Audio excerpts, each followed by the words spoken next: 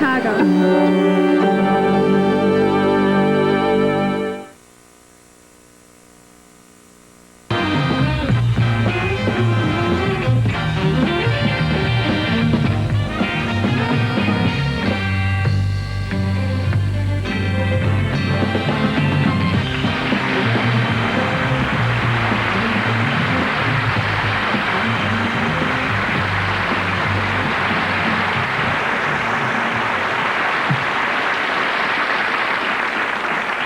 Good evening. It's lovely to be back with you once again, isn't it, Ronnie? Indeed it is. And in a packed programme tonight, we shall be meeting the brilliant top civil servant who's got his ear to the ground, his nose to the grindstone, his shoulder to the wheel, his eye on the clock, his hand in the till, his back to the wall, his foot in the door, and his finger on the button. And we'll be asking him how he does his flies up. We'll also be hearing about the explorer, who's also a bit of a contortionist and got lost in the back of his own beyond. But first, the news. The search for Twilton Gumboots, Britain's most childish criminal, will be getting underway very shortly when police have closed their eyes and counted up to 100. Widespread concern was being voiced in the House of Commons today about inadequate height of the furniture. This follows an incident on Monday when a minister ran into the House and tabled his amendments.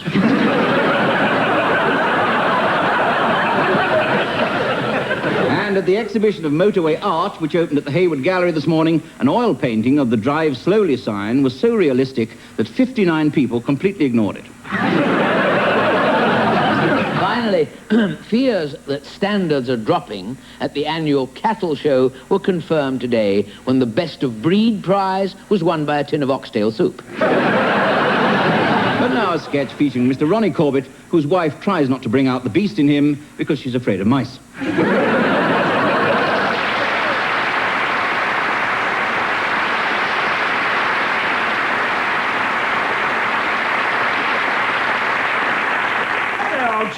Hello, Monte Carlo Robinson. Good heavens, Monte Carlo. Haven't seen you for ages. I'll join you in a minute. Yes. Monte Carlo? That's a damn funny name, isn't it? Yes, it was all the rage in those days, you know. One names one's child after the place he or she was, in fact, conceived, as it were, yeah. Apparently the Robinsons had a cracking good time in Monte Carlo. Hence, he is called Monte Carlo. Yeah, of course. I remembered. I know his younger brother. Really? What's he called? He's called Monte Carlo as well. They must have gone there every year. Probably. Yeah. Hello, old chap. Hello, Nancy.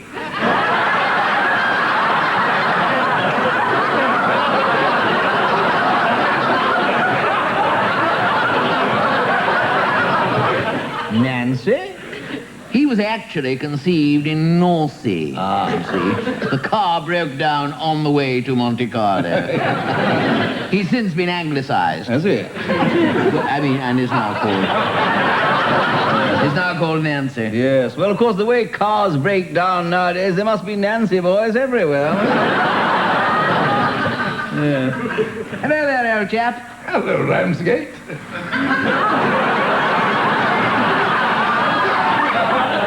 Ramsgate? Are you Ramsgate Fanshawe? Obviously, your parents couldn't even wait till they got on the ferry.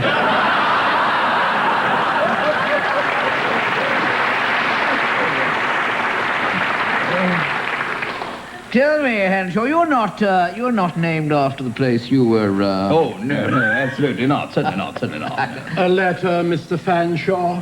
Thank you, Romford. I say, this isn't for me. This is for you, Henshaw. What? Not Fanshawe. This is for you. What terrible writing. What? What is that Christian name there? Never mind that. Be patient, my dear. Park Bench.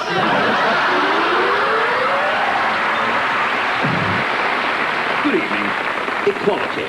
Now, the government white paper on the Equal Society was published today. Its main provisions are as follows. From April the 1st, 1981, everyone must be of equal height. This height will be 3 foot above the saloon bar for men and 2 foot under the hairdryer for women. Anyone found shorter than the equal height will be looked down upon. He will then be sent to a government height-inducing camp where he will stand in a barrel of manure until he's tall enough to step out without catching anything on the rusty nail at the top. Everything must also be of equal weight. This weight, everyone, I should say, must be of equal weight. This weight to be established as quite heavy for men and not quite so heavy for women. Except during pregnancy, of course, when women will be permitted a little more. Men, however, will not be permitted anything at all. Now, anyone below equal weight will be forcibly fed with chocolate biscuits through the usual channels. And will receive a silicone injection in the event, or in the arm. Now, if a woman thinks silicone is silly, she can have cortisone instead. If a man has cortisone, he should be more careful with his...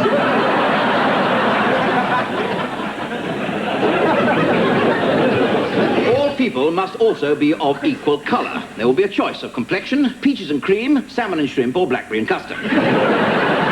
No one will be allowed to be more than one colour, except Chinese communists, who will be both red and yellow. Chinese communist honeymoon couples, who will be red, yellow and green, and Chinese communist honeymoon couples who didn't make out, who will be red, yellow, green and blue. Anyone found to be red, yellow, green, black and blue will be deemed to be a Chinese communist honeymoon couple who did make out. I would like to show you a diagram. I would like to, but I can't, as Mrs. Whitehouse might complain. But I'll tell you about it. As from 1985, everyone will be of equal shape. Except, of course, that women will have 2 of these and 1 of those. And men will have 1 of these and 2 of those. If any man is found to have 2 of these, he will be declared a woman, whether he has 1 of those or not. Now, if a man has got 1 of these, but only 1 of those, he will get a pension. And if he's got 2 of those and 2 of those, he won't get a pension, but he will get attention. Believe you me, any man found with 3 of those will be ostracized. Which is bad news for pawnbrokers. Excuse me. Hello? Oh, hello, Mrs. Whitehouse. You what? You insist on the viewers seeing all these and those? Very well, very well. There we are. Disgusting, isn't it, but true to life. Like Crossroads. Now, noses. Noses, there will be a choice of noses, Roman aquiline or hooked turnip. Now, the number of nostrils will remain at 2, although there will be a choice, of course, of straight or flared. Members of the public will be allowed to make their choice in their own time, but the House of Commons is to have a special session when members can all pick their noses together. Finally, in future, all children must be born equally. That is, on October the 1st each year. This will be known as Labour Day. To achieve this objective, all television transmissions during the week of December the 23rd will close down at 9 o'clock, when everyone will have an early night. Very happy just before Christmas to you all. Good night.